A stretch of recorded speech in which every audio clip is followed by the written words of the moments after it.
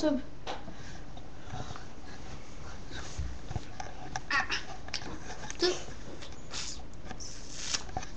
Jeg visste ikke hva jeg skulle først. Så... Hei. Hei, YouTube.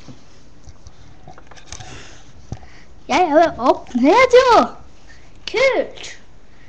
Jeg er Spiderman.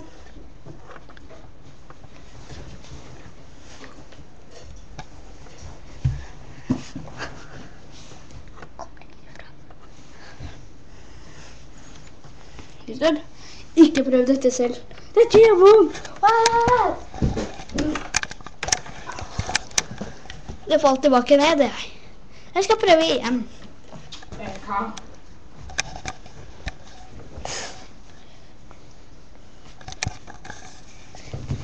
Det gikk jo. Kult. Gjett hvem som filmer. Daniel Hilario Vevo. Du vet, han der som lager morsomme videoer. Ja, samme det.